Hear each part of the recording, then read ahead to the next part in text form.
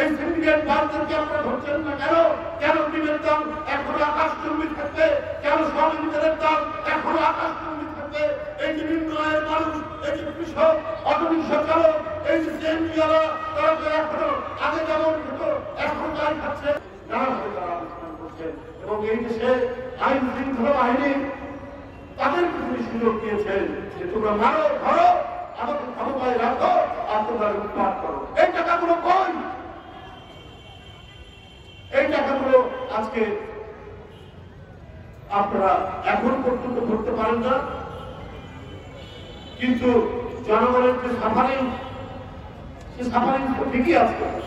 আলুর কেজি তো 70 থেকে 75 টাকা এখনো যদি থাকে, তাহলে মানুষের যে বিশ্বাস একটি গণতান্ত্রিক ভাবে গণতন্ত্রের চেতনার প্রতি একটি সরকার, অন্তর্বর্তীকালীন সরকার, সেই সরকার মানুষের যে আস্থা, সে আস্থা কমতে থাকে।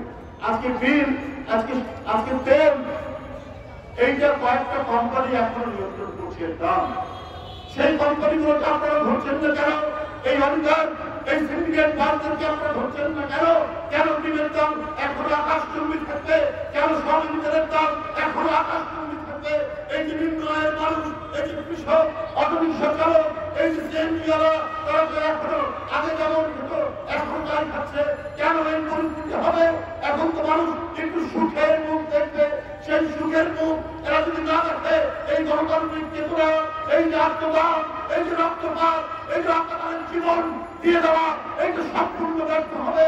আর কয়েকটা আপনার সুখে থাকা উপদেষ্টা এসে বড় বড় কথা বলবে, আর তারা নিজের মতো করে যা ইচ্ছা তাই করবে। এইটা চলতে দেওয়া যেতে পারে না।